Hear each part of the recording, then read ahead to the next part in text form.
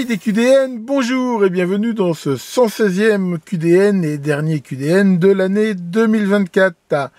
Alors, on va commencer avec une boîte française en fait, dont je vous ai déjà souvent parlé. En effet, BMJ faisait le Black Friday, comme à peu près tous les ans.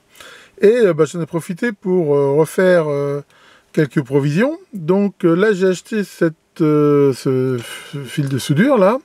Donc c'est du plomb 40, la soudure plombée, que j'utilise moi plutôt, parce que c'est quand même plus facile en amateur. Par contre là, j'ai pris, c'est un flux A0. Vous irez voir sur le lien, mais en gros c'est un flux sans résidus ici. Sinon, j'ai repris ma soudure préférée, que j'utilise le plus, qui est de la soudure de plomb avec la soudure à l'argent, à 2% d'argent, avec un flux CR2 qui est un peu plus agressif, mais qu'il faut normalement, qui laisse des résidus qu'il faut nettoyer. J'en ai profité pour reprendre de l'alcool isopropylique, ça en pulvérisateur. C'est très pratique. Et j'ai repris ça pour le Mecalab, là, j'en avais pas, donc ces boules là, qui contiennent, donc c'est paille pour nettoyer les pannes de fer. Je rappelle que c'est bien mieux d'utiliser ça plutôt que d'utiliser des éponges mouillées. Donc là, voilà, donc en plus c'est assez lourd, ce truc en caoutchouc, c'est plutôt de la bonne qualité. Et méfiez-vous, comme le disait Pascal, le patron de BMJ, il ne faut pas prendre n'importe quoi. Prendre les pailles de fer qu'il y a pour récurer les éviers, c'est pas du tout l'idéal pour les pannes. Et d'ailleurs, pour celles que j'ai déjà, j'en ai profité aussi pour acheter deux recharges. Là. Donc ça, je vous les conseille, c'est vraiment bien pour les pannes. Et aussi ça. Donc ça, c'est un outil pour pouvoir déposer, on va dire de façon très précise, du flux pour, comme on peut voir ici sur la photo, faire des dessoudages. Mais c'est une sorte de pinceau, là, qui est une sorte d'applicateur qui est vraiment très bien.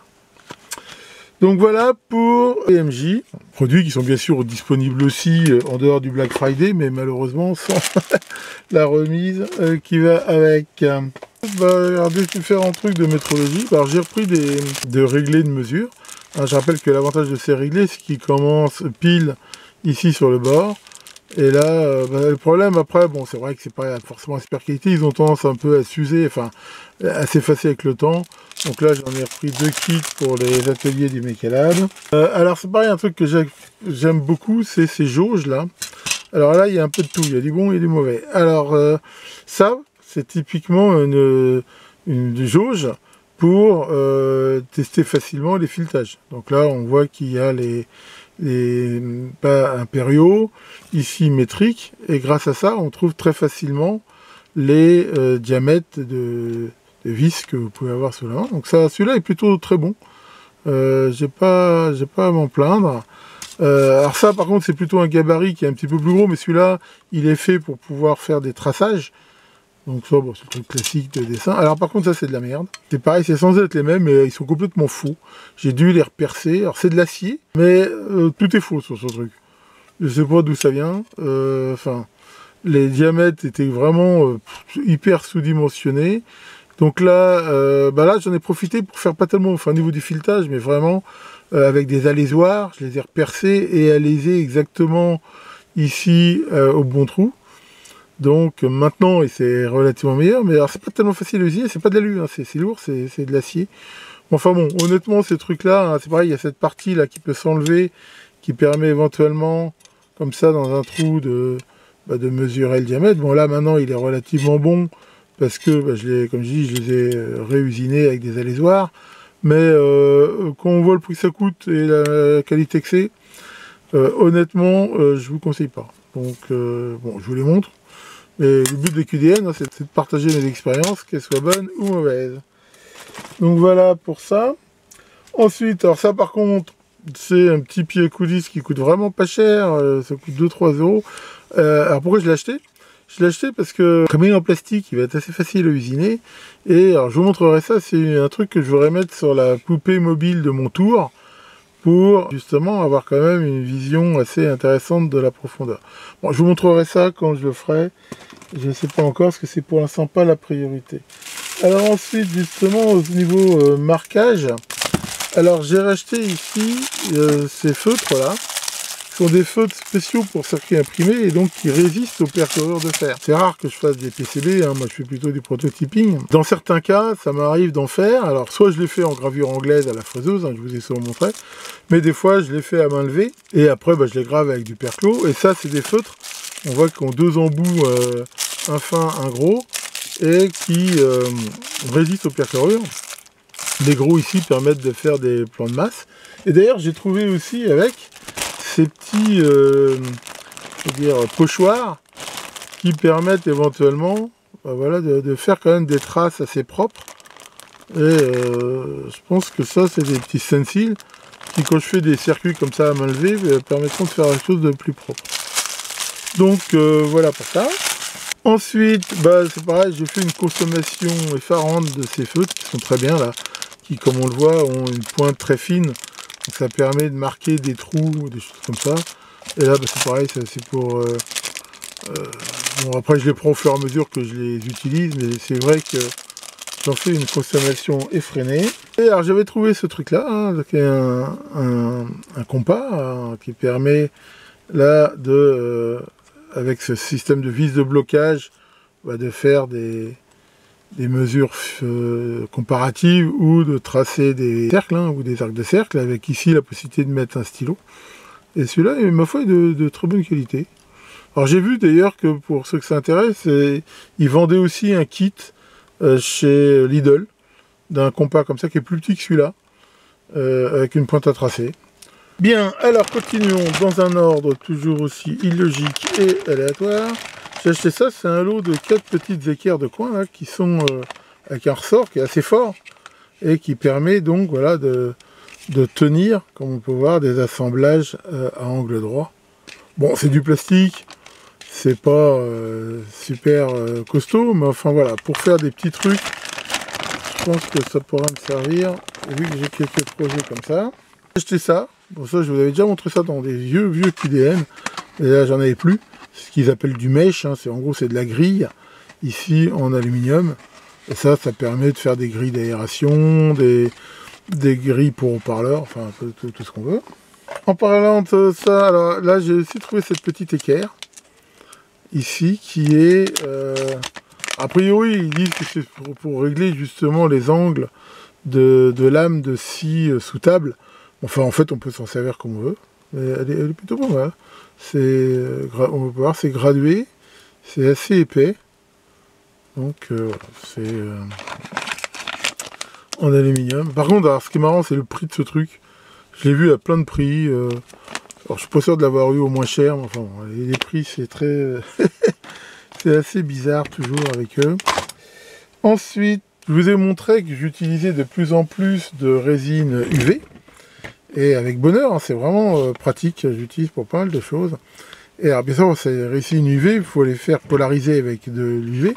Donc soit on peut utiliser, ce qui est à mon avis le mieux quand je peux, c'est d'utiliser ce petit projecteur, là qui se branche sur de l'USB, et donc qui est assez puissant, et qui permet de le faire. Donc au bout c'est une prise USB, donc il suffit d'avoir... un truc USB, mais il y a d'autres systèmes. Alors j'avais pris celui-là, qui marche pas mal, mais il est moins puissant, c'était fait a priori pour des ongles. Enfin voilà, des fois je m'en sers de celui-là. Et si je suis, on va dire, en mobile, où j'ai pas d'accès à l'USB, j'ai trouvé ceux-là, et vous allez voir qu'ils sont pas mal dans la mesure où ils sont rechargeables. Voilà. Hop. Et donc là, c'est de l'UV, hein. Bon, après, on peut régler l'intensité. Il y a toujours le côté clignotement. À mon avis, c'est parce qu'ils ont utilisé une puce en UV, ça ne sert pas grand-chose. Mais voilà, on voit que quand on enlève ici le cabochon, on a cette prise USB. Il suffit de brancher pour la recharger. Ça, c'est assez astucieux. Alors, par contre, il faut se méfier dans la mesure où c'est assez lourd. Si on le met sur une prise, il faut que la prise soit costaud. Ou, ce que je fais moi, utiliser une rallonge. Mais voilà, donc ça, je vous conseille. Ça marche aussi très bien pour polymériser les résines UV. Et que j'utilise vraiment, je suis devenu un adepte de la résine UV. Je rappelle que ça peut servir pour plein de choses. Donc évidemment, un collage, bien qu'en colle, c'est pas forcément ce qu'il y a de plus costaud, mais ça peut permettre de tenir des choses, de fixer des pièces, mais ça permet aussi de faire des pièces, hein. On peut faire des choses assez épaisses. Alors bien sûr, il faut polymériser plus longtemps, mais par exemple, moi je prends de la pâte à modeler, je prends une empreinte d'un bouton, par exemple, ou d'un truc, et je coule comme ça la résine avec ça, que je polymérise, et l'avantage c'est que ça va très très vite, quoi. Alors dans les produits chimiques, j'ai repris ces petits bloqueurs. Alors là c'est marrant, ça fait toujours rire. Si on regarde l'étiquette, c'est fait de façon à rappeler la marque Loctite qui est très connue, et qui bien sûr coûte beaucoup plus cher. Donc là, c'est pas vraiment, on va dire, une contrefaçon, dans la mesure où il s'est pas marqué Loctite, mais c'est vrai que c'est fait pour tromper un peu. De loin, c'est la même couleur, le même truc, on pourrait croire que c'est du Loctite.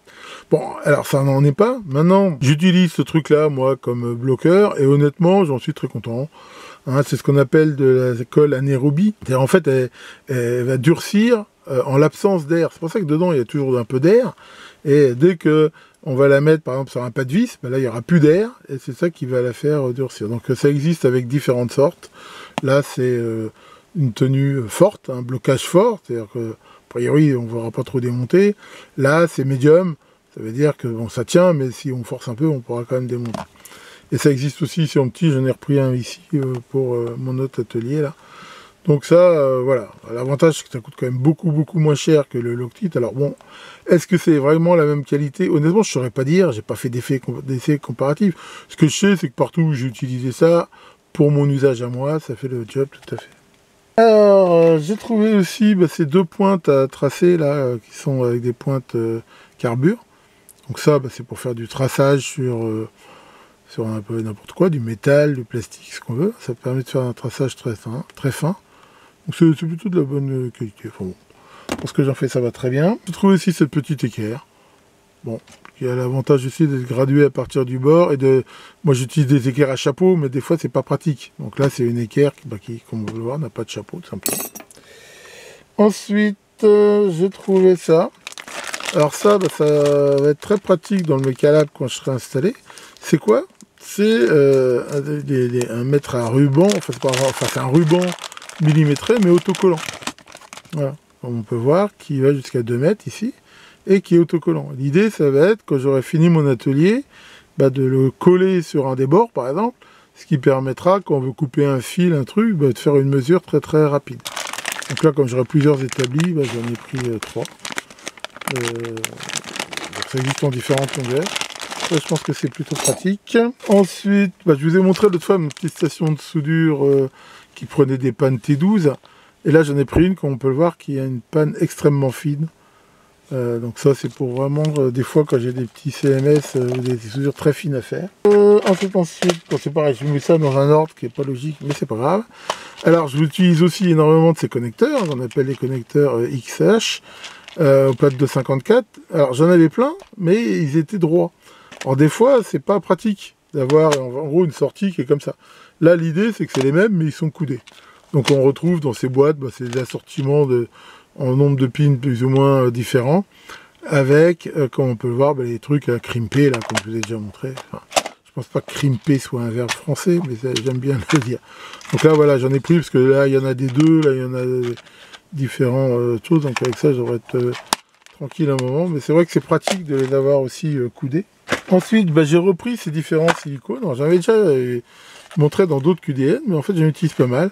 C'est des silicones qui permettent pour l'électronique de fixer des condensateurs, de faire des joints, enfin, un petit peu tout ce qu'on peut faire ici avec du silicone. Donc, il y en a de différentes sortes ici, et différentes couleurs surtout.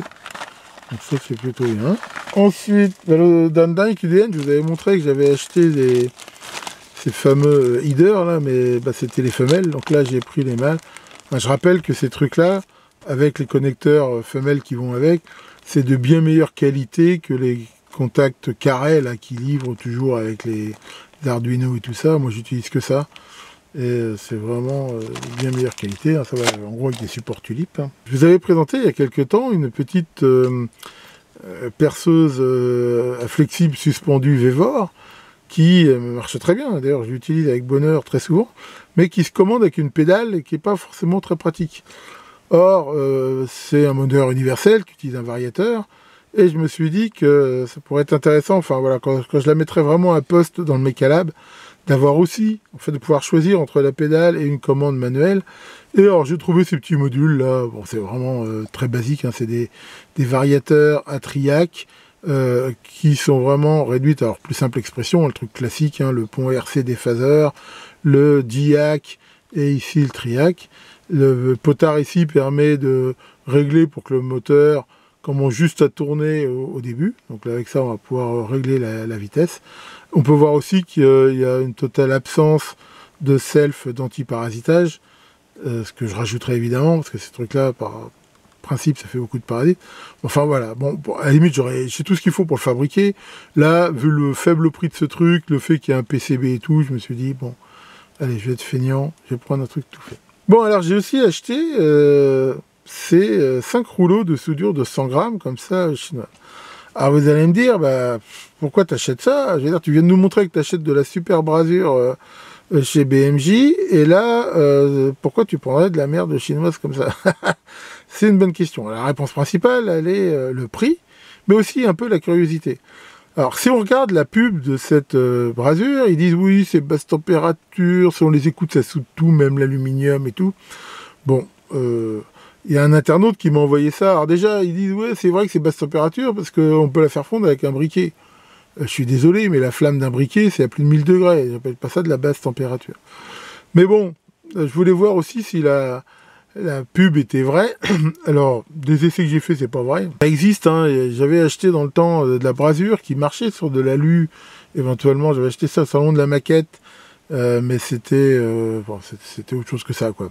Là, bon, c'est de la brasure, mais honnêtement, c'est pas terrible comme qualité. Maintenant, pourquoi j'achète ça pas cher? Alors, elle est censée être haute température, j'ai marqué ça, mais comme je dis, c'est pas spécialement qu'elle l'est.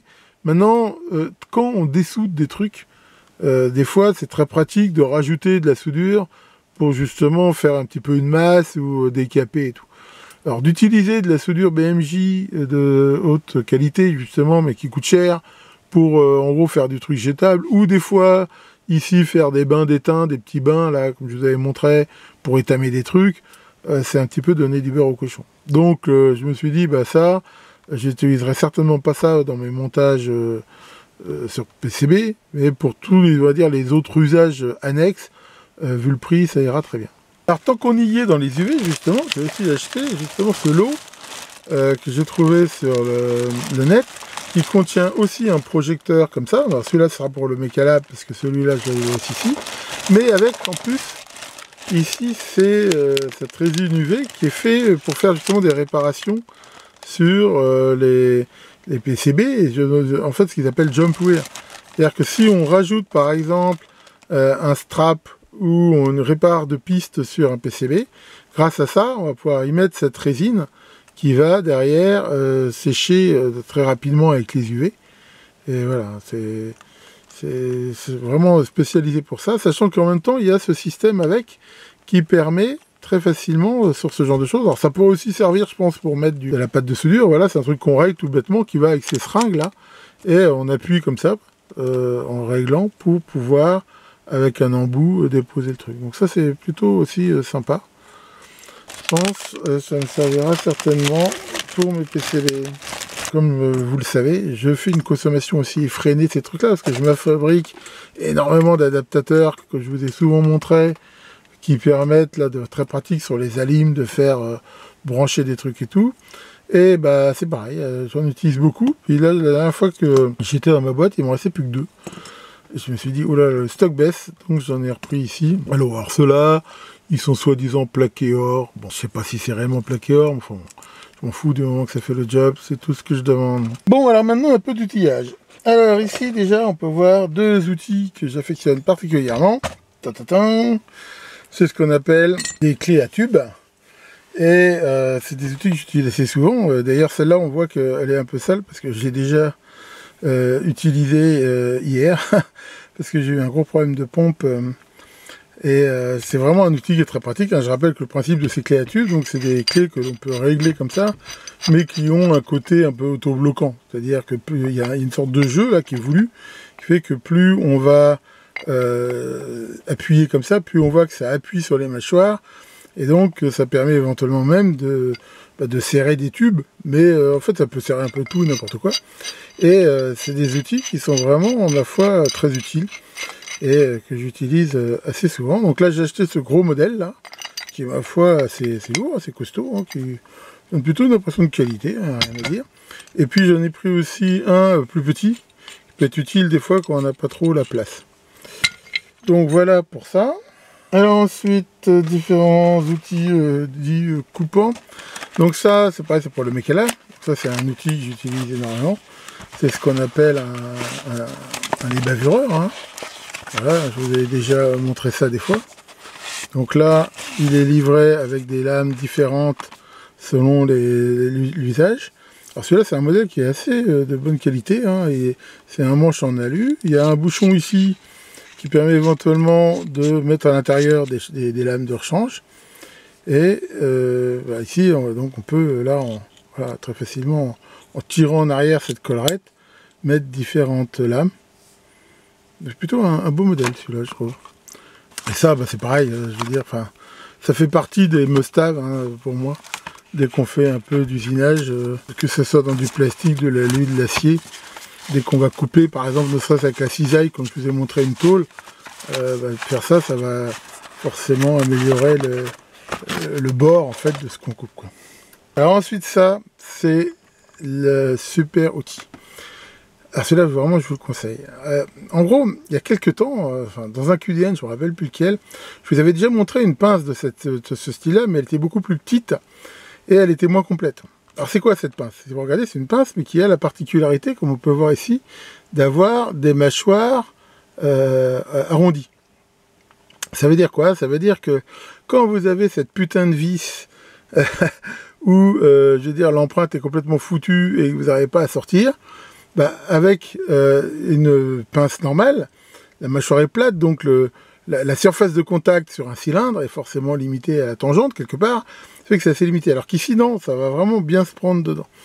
Et cette pince, hein, c'était une pince japonaise, hein, que j'avais, qui était beaucoup plus petite pour des petites vis. Elle m'a déjà X fois sauvé la vie. Mais quand j'ai vu celle-là, non seulement elle est plus grosse, mais elle a aussi la possibilité d'être utilisée comme ça. On peut l'utiliser soit de face, soit on va dire de profil. Bon, en plus, elle fait coupe-fil, c'est un peu coupante. Enfin, c'est surtout ce côté ici qui est important. Et je vous cache pas que cette pince, sa petite sœur, alors celle-là, je l'ai utilisée pour l'instant qu'une fois, mais c'est vraiment, ça sauve la vie, quoi. Quand des fois, on a des trucs qui sont coincés, alors, la pincetto, des fois, elle fait bien le job, la pincetto, c'est assez gros. Et ça n'a pas non plus cette mâchoire ici. Donc vraiment, de tout ce QDN, honnêtement, s'il y a un outil que je vous conseille, c'est bien celui-là. On peut plus s'en passer. Ensuite, après, pour le Mechalab, j'ai repris ici ces forêts courts, qui sont des forêts pour mettre donc dans des visseuses. Alors, attention, il faut prendre un adaptateur qui permette de les bloquer, parce que ces forêts-là, si on les met dans un adaptateur qui ne bloque pas, l'ennui c'est que on perd, dès qu'on retire le truc, le forêt il reste, quoi.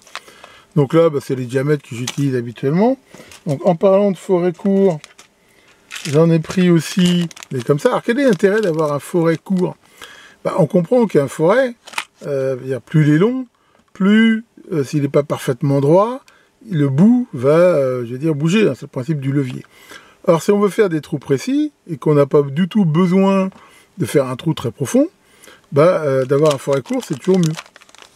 Et donc là, pour aller sur ma super perceuse du Mechalab, je me suis pris pareil dans les diamètres que j'utilise le plus, donc ces forêts courts ici. Pareil, toujours pour le Mechalab, là, je me suis pris ce petit coffret qui est sympa, qui donne aussi bien en impérial qu'en métrique, là, des outils qui font à la fois forêt, taraudage et bavurage au bout. Et en plus, il y a le fameux justement adaptateur, dont je vous parle tout de suite, là, qui permet justement de bloquer. Donc ça, c'est plutôt intéressant. Tout ce qui va être du taraudage, pas forcément dans de l'acier, mais je veux dire, dans du plastique, dans de l'alu, ça le fait super bien, ça. Et ça, c'est quand même hyper pratique, ça fait tout. Alors, toujours dans l'usinage, j'ai trouvé pour un prix qui est défiant toute concurrence, ce petit lot d'alésoirs. Donc sur les valeurs, je veux dire, pareil, hein, 2, 3, 4, hein, toutes les valeurs que j'utilise le plus souvent. Et donc je rappelle qu'un alésoir, ça va permettre d'avoir un trou avec des cotes, concentricité et des cotes bien meilleures qu'avec un forêt. Donc l'idée, hein, c'est que on fait un trou avec un forêt à un diamètre un peu plus petit, l'ordre de 1/10 de moins que celui recherché, et après, en tournant toujours dans le même sens, on utilise ici cet alésoir. Bon, c'est certainement pas la super qualité, mais pareil, moi je travaille énormément de plastique, l'alu et tout, et ces petits alésoirs, j'ai fait 2-3 tests avec. Bon, ils sont bons, je veux dire, par rapport aux tolérances dont j'ai besoin et les matériaux que je travaille, c'est bien suffisant. Pareil, pour le Mechalab, j'ai repris ça. Donc ça, c'est aussi des alésoirs, mais eux qui font n'importe quel diamètre, hein, c'est pareil, c'est des outils très pratiques, ça, hein, qu'on appelle des alésoirs coniques. Donc il y en a deux, parce que c'est un peu différents types de diamètre max. Alors là, je sais pas si j'arrive à le sortir, évidemment. Voilà, et ceux-là ont justement aussi l'intérêt, comme on voit, d'avoir un embout hexagonal, ce qui fait qu'on peut les utiliser soit au bout, pareil, d'une perceuse, soit à l'aide de ce manche, passant ici dans le trou à la main. Ça c'est pareil, pour moi, c'est dans les outils indispensables, il y a vraiment ça, quoi. Avec ça, ça peut permettre toujours d'ajuster le diamètre d'un trou exactement à celui qu'on veut, de façon très facile, et ça marche impeccable, pareil, dans plein de matériaux, plastique, alu, même de la ferraille, dans la tôle, ça le fait très bien. Alors ensuite, pareil pour le Mechalab, j'ai pris ça. Alors ça, c'est ce qu'on appelle un pointeau automatique. L'idée, c'est de pointer un trou. Donc, quand on veut pointer un trou, on appuie dessus, et au bout d'un moment, je sais pas si on peut le voir là, il faudrait que j'ai un bout de quelque chose, comme ça par exemple. Alors on voit que quand on appuie, au bout d'un moment, clac, on entend, il se déclenche, et ça fait un pointage qui est très précis. Donc ça c'est pareil, c'est aussi fait partie des outils de base, hein, qu'il faut avoir. Pareil pour le Mechalab, ce petit porte-forêt à main. Donc c'est le avec des forêts. Bon, c'est pareil, c'est un truc tout bête, mais ça permet, quand on travaille, des fois, on n'a pas besoin de prendre une perceuse, un truc, d'agrandir des trous. Bon, souvent je mets même des forêts plus petits, moins que ça. Quand je fais du câblage et tout, j'utilise énormément ça. Ici, pareil pour le Mechalab, c'est pareil, j'ai pris ces petits assortiments de tarot. Alors c'est pareil, ces trucs-là, c'est pas la méga qualité, mais pour tarauder du plastique, de l'alu, ça le fait très bien si on fait ça gentiment. Et je veux dire, voilà, on a ici ce petit assortiment, des trucs que j'utilise le plus pour vraiment une bouchée de pain. Je vous ai montré aussi que j'avais pris une mini perceuse dans le Mechalab, mais qui dit mini perceuse dit mini forêt.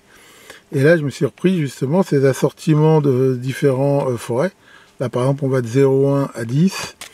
Ici, de 0,3 à 1,2. Là, cette boîte qui est très pratique, là, qui permet de choisir très facilement le diamètre. Donc, avec ça, on peut faire tous des petits perçages de précision qu'on veut. Pareil pour le Mechalab. C'est pareil, là, j'ai même déjà mis l'étiquette qui va bien. Donc ça, c'est pareil, c'est quelque chose que j'utilise énormément avec des mini perceuses genre Dremel, hein. C'est ce qu'on appelle des fraises limes. Et ça, c'est pareil, ça sert un peu à tout. J'ai encore utilisé hier, j'avais un truc qui était coincé. Avec ça, j'ai pu, cette fraise-là, m'usiner 2 encoches pour pouvoir y mettre un tournevis et l'enlever, quoi. Ça sert vraiment à tout. J'ai repris aussi ça. Donc ça, c'est des très bonnes fraises. Elles m'ont l'air de très bonne qualité. Et donc c'est des fraises, ça c'est possible pour mettre dans le Mechalab, qui sont à différents angles, hein, 90, 60 et 120 degrés. Voilà. Donc ça peut permettre soit de chanfreiner, soit si on l'utilise sur une fraiseuse par exemple, de faire un chanfrein le long. En parlant de fraise lime, j'ai trouvé celle-là qui m'a paru intelligente, qui est au bout d'une très grande tige. Et c'est vrai que c'est rare, mais ça m'est arrivé d'être limité par la taille. Donc comme c'est celle-là, c'est une de celles que j'utilise le plus, éventuellement, là, on voit que ça peut éventuellement être utile. Et pour finir, ça c'est pareil, c'est une bonne pioche pour le Mechalab, c'est ce qu'on appelle des forêts à lamé. Alors là, j'ai pris dans différents diamètres, et ils existent de 2 façons. Là, par exemple, j'ai un M2, mais on voit à 180, où les autres sont à 90. Voilà. Donc j'ai pris, pareil, les trucs que j'utilise, M2, M3, M4. Hein. Et donc c'est quoi un forêt à lamé, hein, si on regarde à quoi ça ressemble. C'est un forêt qui a ici un trou intérieur, et là, une deuxième partie qui est donc soit à 180, c'est-à-dire à angle droit par rapport aux forêts, en quelque sorte, ou ici, comme on peut le voir, avec un angle à 45 degrés. Alors ça, c'est quoi? Bah, vous avez bien vu, les vis à tête hexagonale, par exemple, qu'on utilise. Là, ça va permettre de, ici, faire l'encoche, on va dire, on appelle le lamage, pour pouvoir y mettre la pièce. Et donc là, ça coûte assez cher, hein, ces forêts, ceux-là sont pas mal, a priori.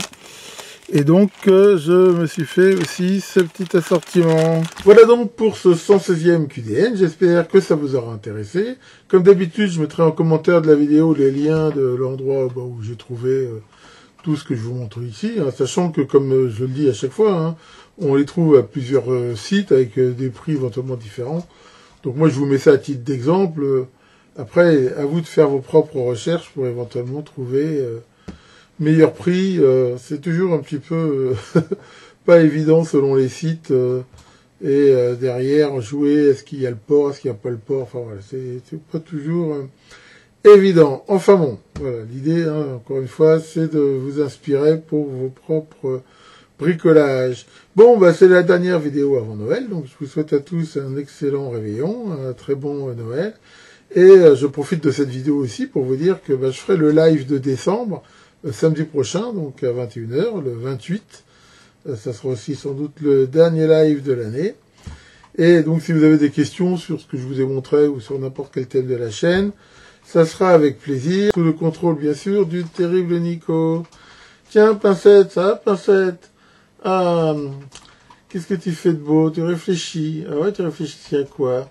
À l'intelligence? Ah, est-ce qu'il y a une limite à l'intelligence? Bah, l'intelligence, ouais, je crois qu'il y a une limite. Par contre, la bêtise et la connerie, il suffit de regarder les infos pour s'apercevoir que là, c'est nos limites, là. Ça donne une très bonne idée de l'infini. Enfin, c'est comme ça.